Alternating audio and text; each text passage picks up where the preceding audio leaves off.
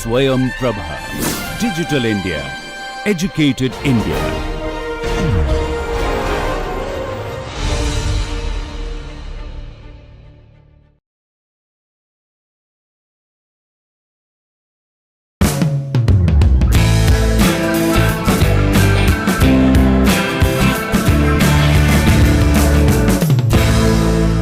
Okay, so good morning.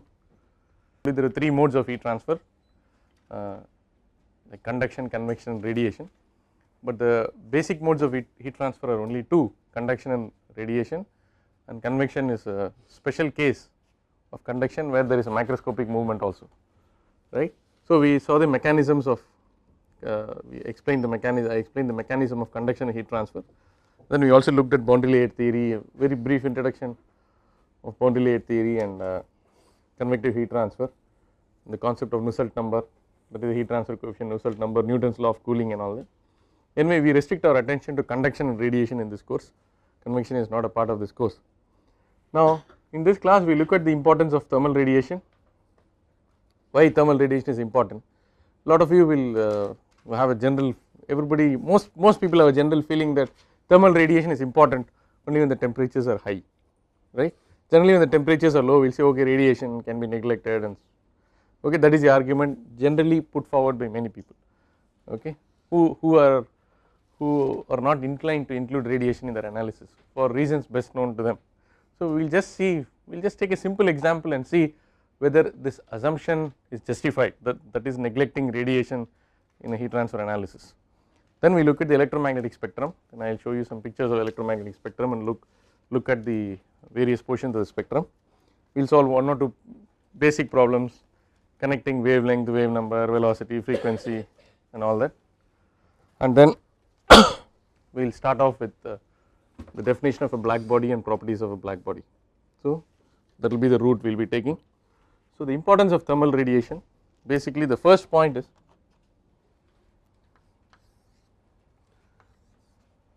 Q conduction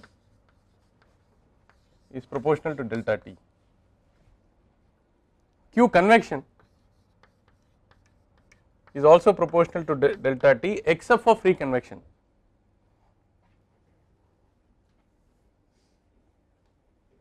Correct? Why?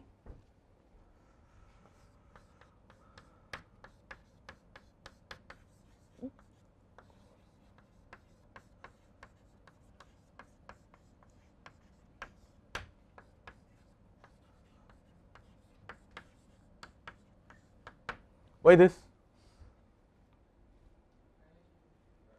Because Nusselt number is A Rayleigh number to the power of B for free convection. So this is A into some constant, okay. B is usually about 0.25, so therefore the Nusselt number goes as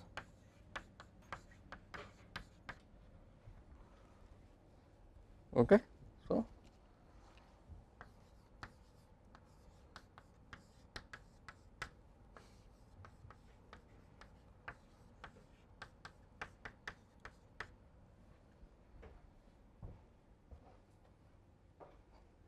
okay, so Q will go as delta T to the power of 1.25 for laminar natural convection flows. For turbulent natural convection flows it will go as 1 delta T to the power of 1.33, okay, fine. This Ra is the Rayleigh number.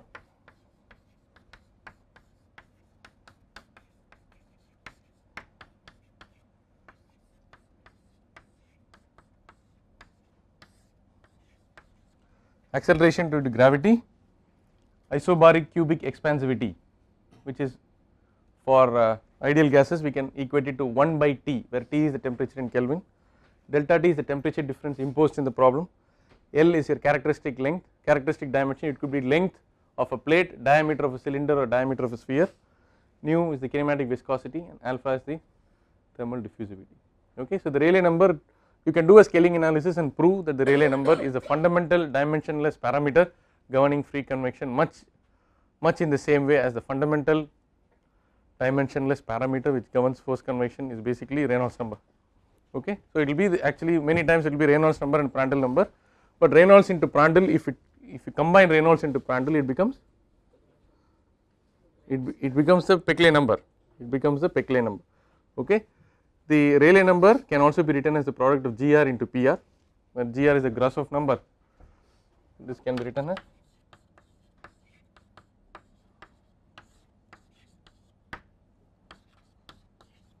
okay. So, this is GR,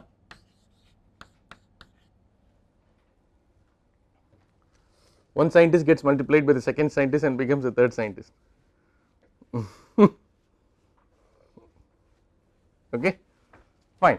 Now you can see that Q convection is proportional to delta T. In convection, you have to take it with a pinch of salt because it is delta T to the power of 1.25 for natural convection. So, Q radiation is proportional to T to the power of 4. So, a non-linearity enters the problem right away because Q is proportional to the difference in the fourth powers of temperature.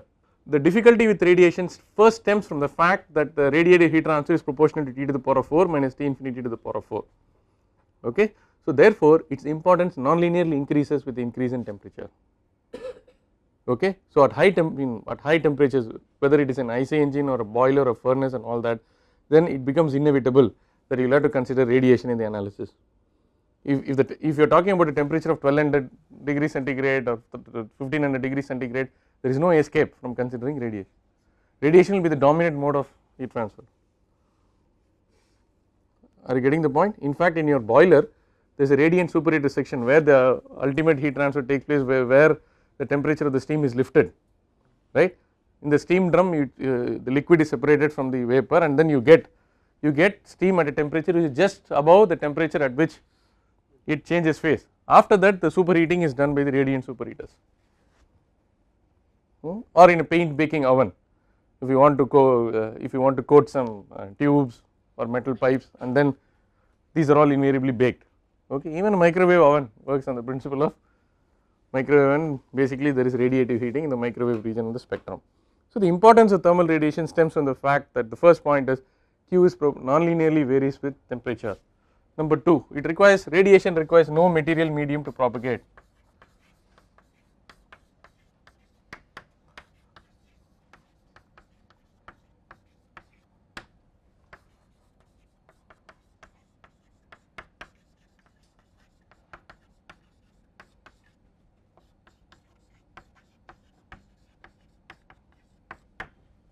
So, the proof of that is we receiving the solar radiation now as we receive the solar radiation now, which is coming from millions or billions of kilometers away. So, it is ample proof that radiation is able to travel without a medium, that is radiation is able to travel through vacuum. The best part is radiation travels best in vacuum because there is no absorption or scattering, or once it enters the atmosphere all these activities start. There is absorption by certain molecules, then they again reflect, or we call it a scattering, which is because of which you get the blue sky, Raman scattering, for which he got the Nobel Prize, right. So, there is scattering, there is absorption, and since all these molecules are also at a temperature greater than 0 Kelvin, as a consequence of the Prevost's law, they also emit. So, the atmosphere is emitting, absorbing and scattering. Are you getting the point? But outside the atmosphere, the radiation is able to travel without any distortion at all.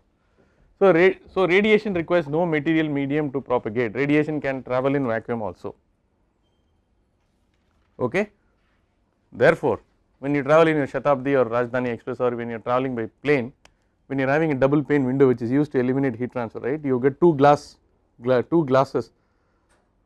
okay, two glass plates, the gap in between. Have you seen in AC chair car compartment?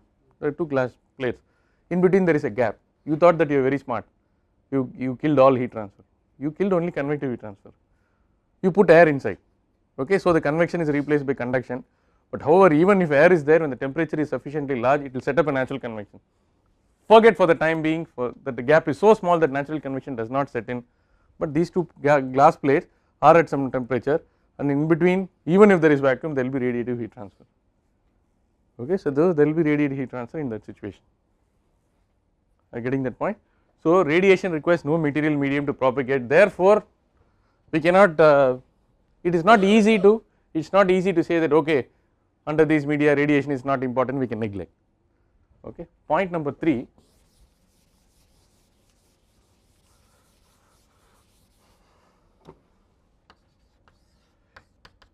even at low temperatures radiation may be significant.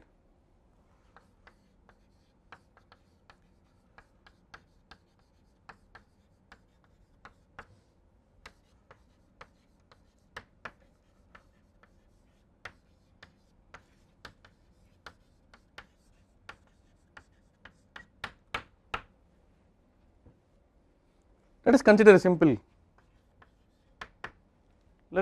an example. Let us take a vertical flat plate, let us say it is about, so L equal to 0.5 meter. This glass plate is maintained at 100 degrees centigrade. Again, you do not ask me how it is maintained, somehow I am maintaining it 100 degrees centigrade.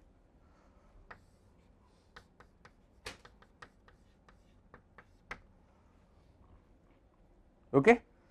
Now outside is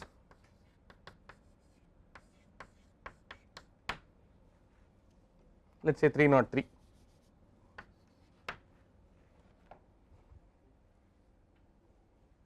Okay. There is a heated plate which is standing in still or quiescent air. What will happen now? What will be the story of this plate? What will happen around this plate? Convection. Which convection? It is still air, natural convection. So a boundary layer will develop. So boundary layer will develop on both sides, correct? Right, I will draw it here. I will keep this, right? By chance I wrote this, I am going to use this now. Huh?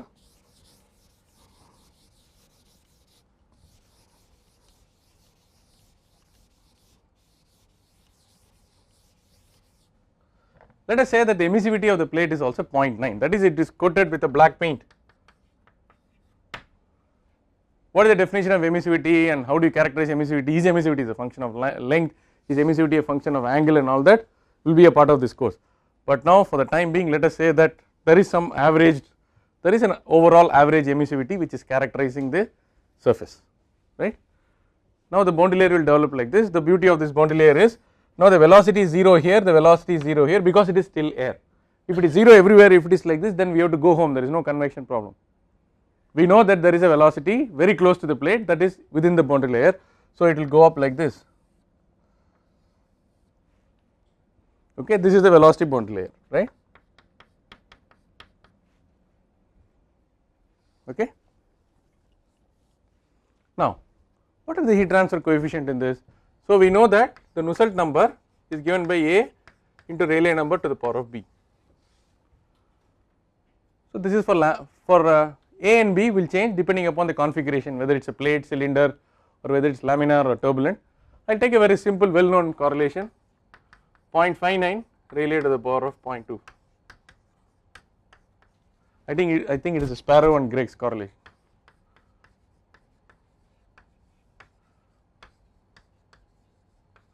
Maybe they did it in 1959 or so. Okay. Now let us use this. Let's calculate the Rayleigh number for this. Please switch on your calculators. Okay. So the Rayleigh number for this, based on the length L,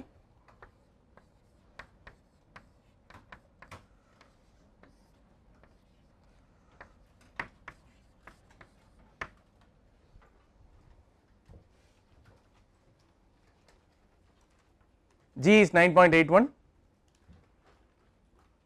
delta T is 70, beta basically the isobaric cubic expansivity 1 by T mean. Okay, so T mean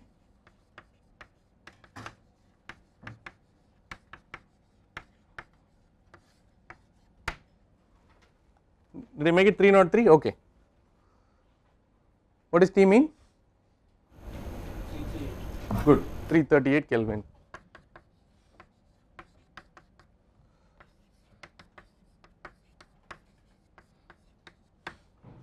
So we got G, we got beta, we got delta T, L is 0.5. I will give you the value of nu. Nu varies with temperature, but do not worry.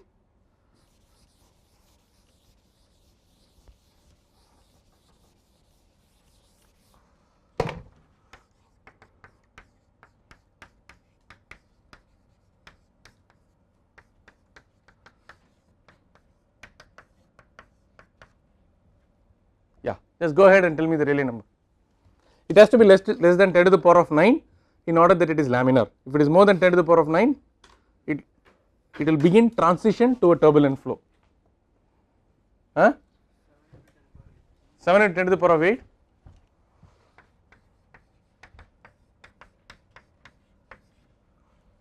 Is it so high? Okay. Vikram, get it? Abhinandan, 7 10 to the correct. Okay. Now what is the Nusselt number?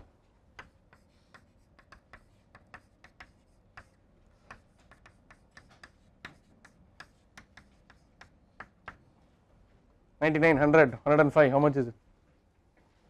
Please bring your calculators, otherwise you will waste time in the class. Every class we will solve a problem, more or less. 96, good. So Nusselt number is 96.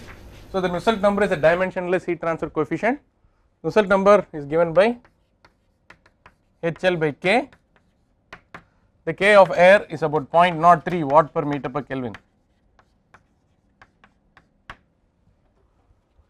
So now what is the heat transfer coefficient? This is what I call as H bar, that is H average, that is the average heat transfer coefficient of the plate, because the heat transfer coefficient will vary from the leading edge to the top. It is an averaged out quantity. How much is Deepak? Whatever you do, you will get a value which is between 5 and 8. Yeah, because of you. If you get anything be outside of this range for air for these temperatures, then you have made some mistake. So generally people will assume a safe this thing of 6 or 7 watts per meter square per Kelvin, even without doing the calculation. 5 point? Okay, 5.8. Okay, so now I taught you free convection in 20 minutes. This is how you approach a free convection problem. Okay.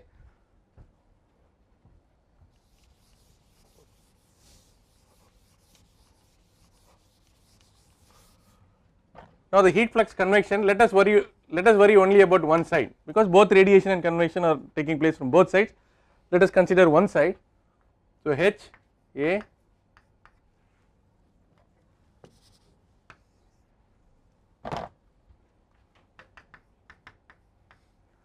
5.8 into 0.5 into 1, right? Yeah, but the area is the same. Let us stick with the Q convection.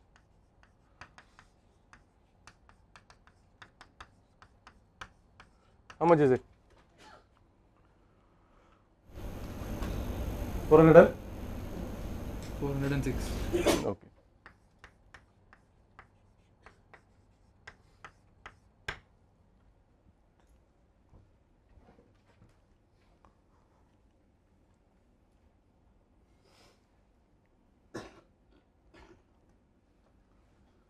So such type of calculations are also very profound, because the temperatures you are talking about 100 degrees is what is normally, in fact it is more than the reliable operating temperature of electronic equipment.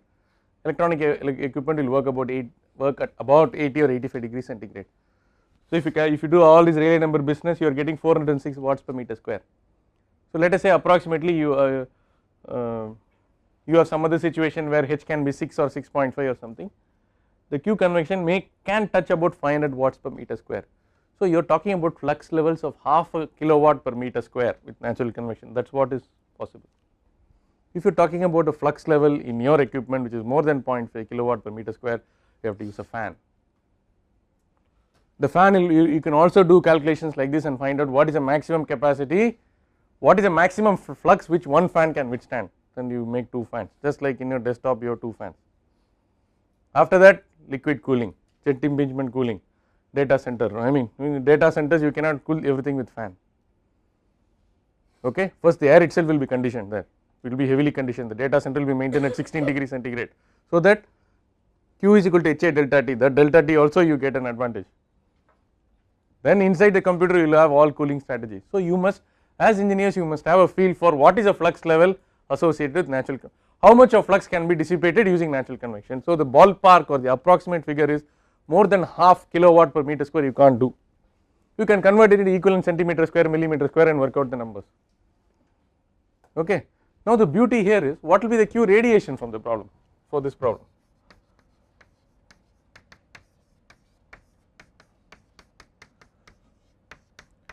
I assume that the sink for the radiation is the same as the sink for the convection, which is alright. So I assume that the walls of the room are at the same temperature as the ambient, which is a reasonable assumption. Sometimes these two may not be the same. Are you getting the point? To cut a long story short, T infinity for convection need not be the same as T infinity for radiation. Oftentimes we assume them to be the same. Okay. So sigma is the Stefan-Boltzmann constant. Yeah. So epsilon I gave 0.9. So T in Kelvin, watch out, huh? Don't put it in centigrade and the whole thing will cup. Okay. It is easy to remember this.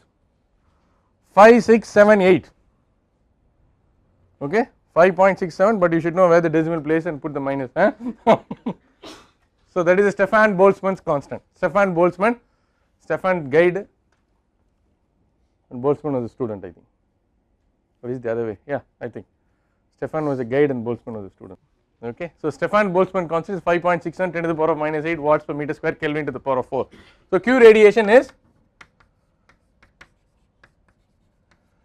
so Q radiation by Q total is how much?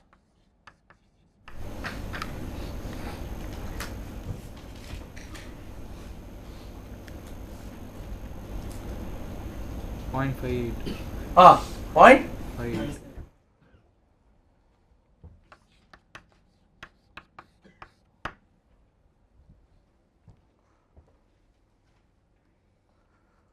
Who says radiation is negligible at lower temperatures? The people who say this are the people who don't know heat transfer. But again this analysis has to be taken with a pinch of salt. Suppose I blow air, I have a fan, then the natural convection will become forced convection. Instead of 5 I may get a heat transfer coefficient of 15 or 20. Then what will happen is I may get a Q convection of 1 kilowatt per meter square or 1.2 kilowatt per meter square or 1.5 kilowatt. Even if the convection quadruples, that it becomes 4 times, if the flux level is 1.8, this fellow is 0.57, it is not negligibly small. So it depends on what radiation can be neglected only in relation to the other mode of heat transfer. What is the strength of the other mode of heat transfer? If it is convection in air, regardless of whether it is free or forced convection, radiation cannot be neglected. However, if it is water, then the story turns completely upside down. Water is also an absorber of radiation, you cannot do that simple analysis. If it is water, it has got such a terrific thermal conductivity of 0.6 watt per meter per Kelvin as opposed to air, but as opposed to liquid metal it is having a poor thermal conductivity. Air thermal conductivity 0.03 watt per meter per Kelvin, water is 0.6, immediately all these numbers will change because the Nusselt number is HL by K. Okay. So the KH will increase, so if it is water the radiation contribution will become very negligible. So if you are having air cooling, if you are doing a CFD analysis of a desktop or all this, we cannot neglect radiation analysis. Now thankfully Fluent, even Fluent has radiation modules, many people use the combined analysis nowadays, the prediction of maximum temperatures or prediction of operating temperatures of electronic equipment. Okay. So this places things in perspective. So if it is natural convection or even in mixed convection where both natural and free convection are important, radiation may play a part, and radiation cannot often be neglected by simply putting the argument the temperature is very low. Again I will ask the question, how low is low? Okay, this is a reasonable temperature, 80 to 100 degrees centigrade also radiation is important. Okay. Now let us go to the electromagnetic spectrum.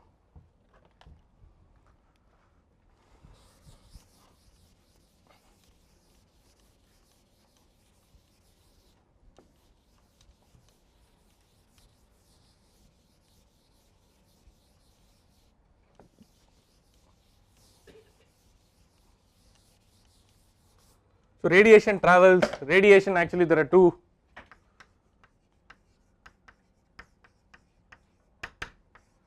So wave model and the quantum model. I told you that using the wave model you can characterize it with the wavelength, you can characterize with the frequency, speed and all that. E is equal to h nu and all those things which are applicable for optics is applicable, but the radiative properties of black body behavior could not be explained using electromagnetic theory, therefore the quantum theory had to be invented. Electromagnetic radiation travels with the speed of light, okay.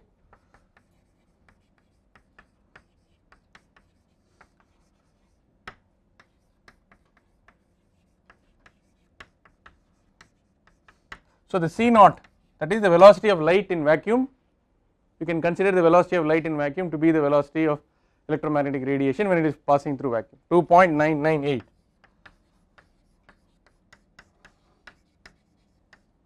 or approximately 3 into 10 to the power of 8 meters per second. C naught is the velocity in vacuum, okay. Now you can characterize nu frequency,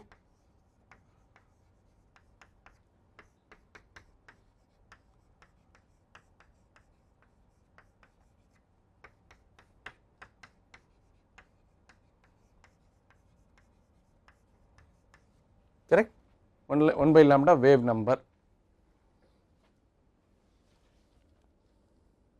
If the velocity of light in a medium is c, okay, we know that c has to be less than or equal to c naught, okay. So c naught by c is equal to is the refractive index of the medium.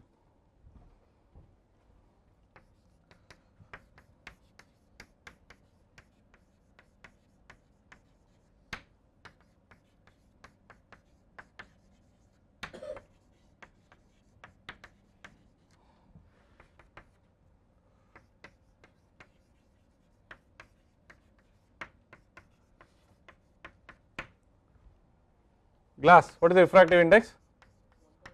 1.5, good. For gases, for air generally it will be very close to 1. We can say n is approximately 1 for gases. For vacuum it is 1.000 whatever, for other gases it will be slightly more, but it will be equal to 1, okay. Now we look at the electromagnetic spectrum.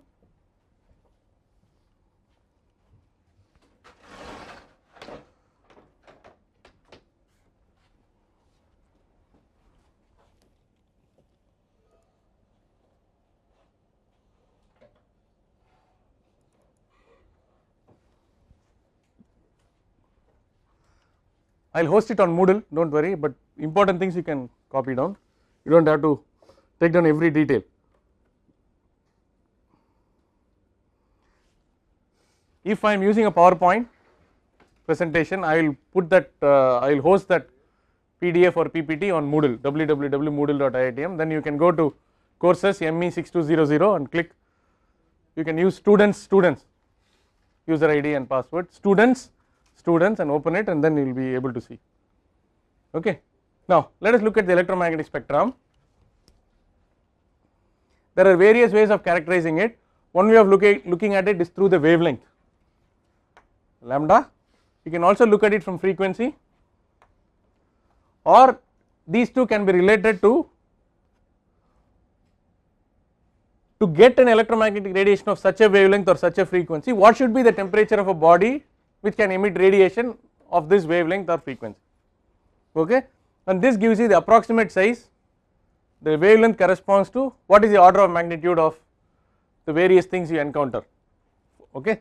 For example, radio waves 10 to the power of 3 meters wavelength, gamma rays at 10 to the power of -12, gamma rays have got a terrific frequency, right, what is that, 10 to the power of 20 hertz. The energy of electromagnetic radiation E is given by h nu, but we have to derive that, right. E is given by h nu,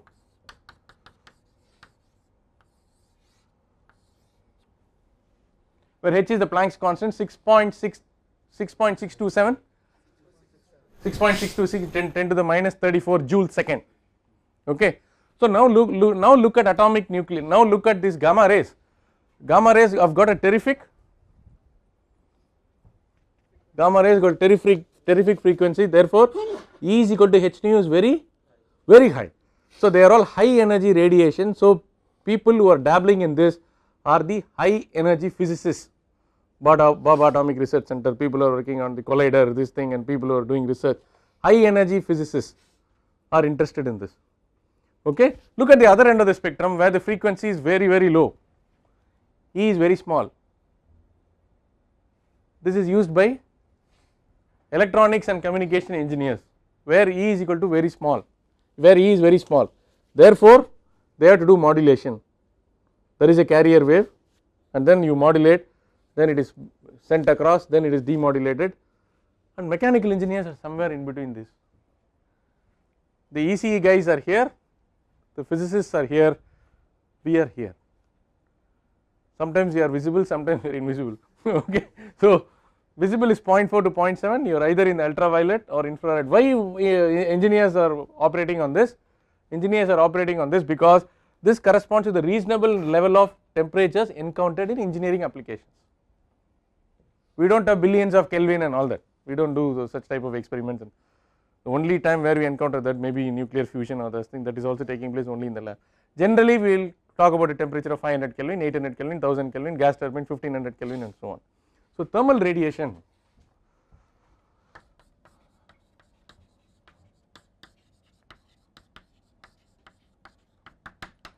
lambda is 0.1 to 100 micrometer.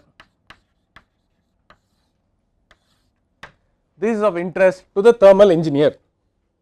Okay, this is of interest to us because you look at the temperatures, right, that yellow color is there, right. If you look at the temperature of bodies emitting the wavelength, this yellow color is of interest to us. Okay. So there are other ways of looking at the spectrum. This corresponds to basically the wavelength corresponds to what, these buildings, these atomic nuclei and all that, right. So I will put this up on, this is another way of looking at it, right. So radio waves, microwaves, these are used by electronics and communication people. Okay. Gamma rays and X rays are used by physicists. They can also be used for, X rays are used, they can penetrate the flesh and they can give you information on the bones. Radiology and interventional radiology is okay. So these are basically of interest to the high energy physicists, these are of interest to the electronics and communication engineer. Now look at this visible. This visible is 400 nanometer to 700 nanometer. So that is 0.4 to 0.7 micrometer. So violet to red, right. So this is the spectrum. Now for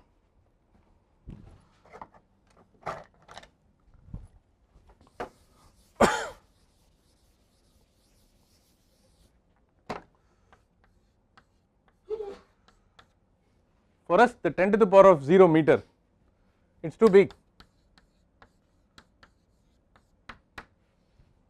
Okay. So we do not talk about meter wavelength and all that, mechanical engineers. So we will say 10 to the power of minus 6. So that is a micrometer.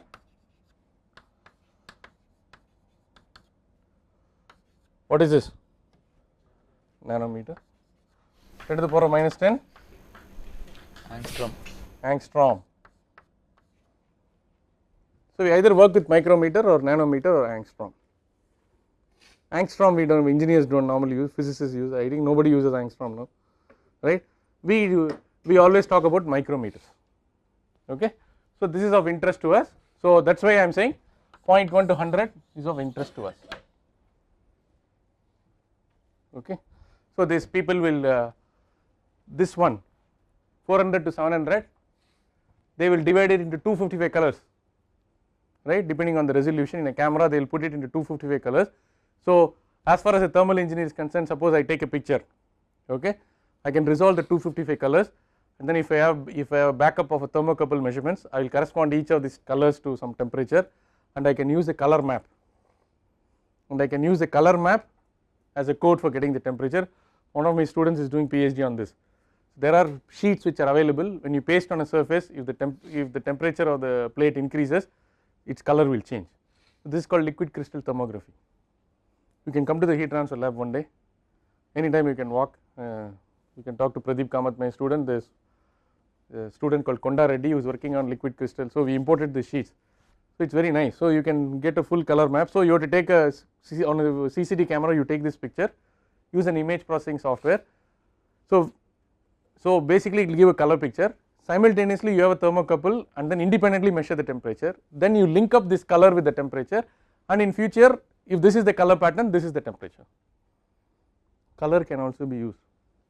So in fact in measurements there is something called the color temperature, there is something also called the color temperature, okay, fine. Now this is as far as electromagnetic spectrum is concerned.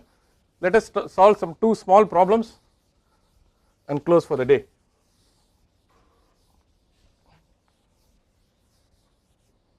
So problem number 1.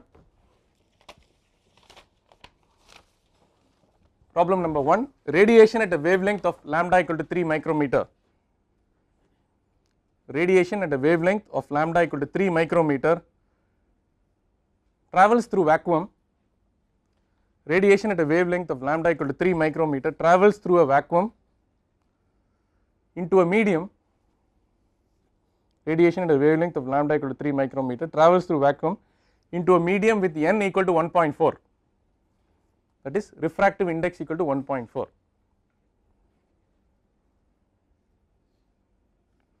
A, determine the speed, frequency and wave number.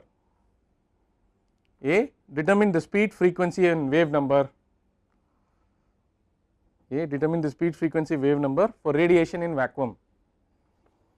Determine the speed, frequency and wave number for radiation in vacuum.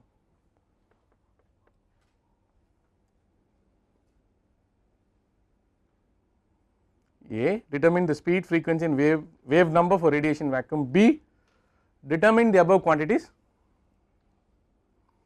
B, determine the above quantities and also the wavelength. Determine the above quantities and also the wavelength for radiation in the medium. Determine the above quantities and also the wavelength for radiation in the medium. Just try this. So C naught A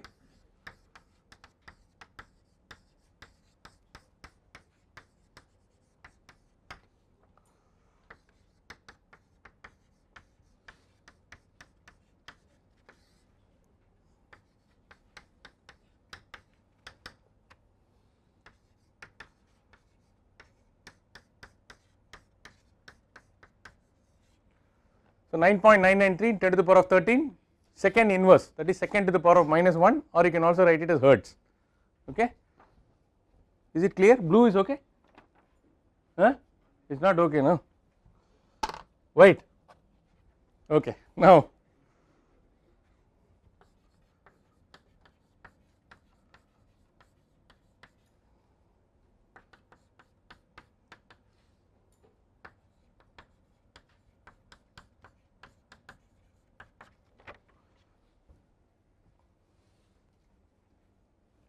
okay.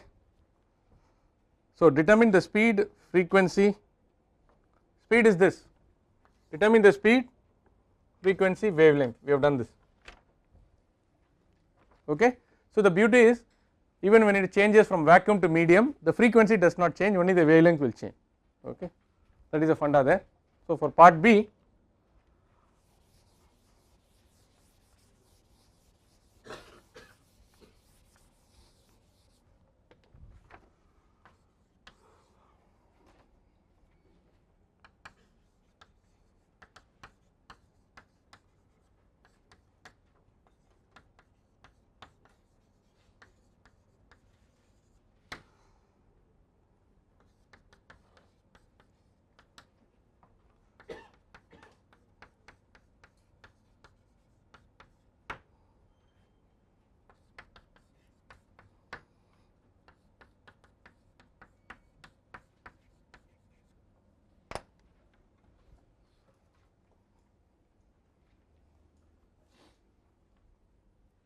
simple, just reinforces your concepts, that is all,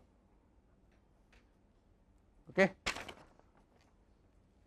Everybody through with this? Problem number 2.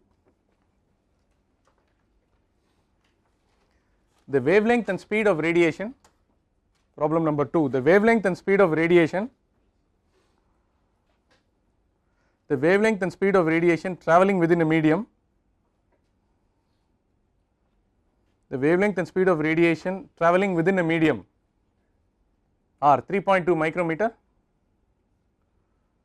The wavelength and speed of radiation traveling within a medium are 3.2 micrometer and 2.3 into 10 to the 8 meters per second, or 3.2 micrometer and 2.3 into 10 to the power of 8 meters per second respectively.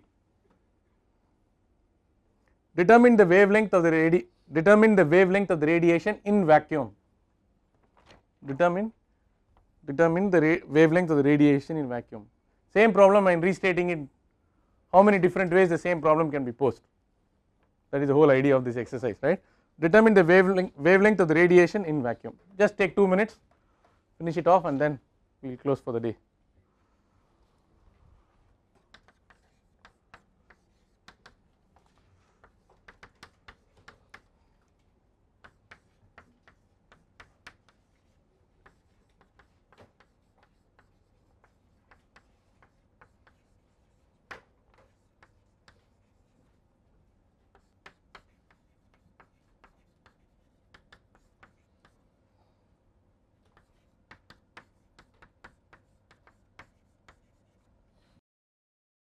Okay, so we will stop here.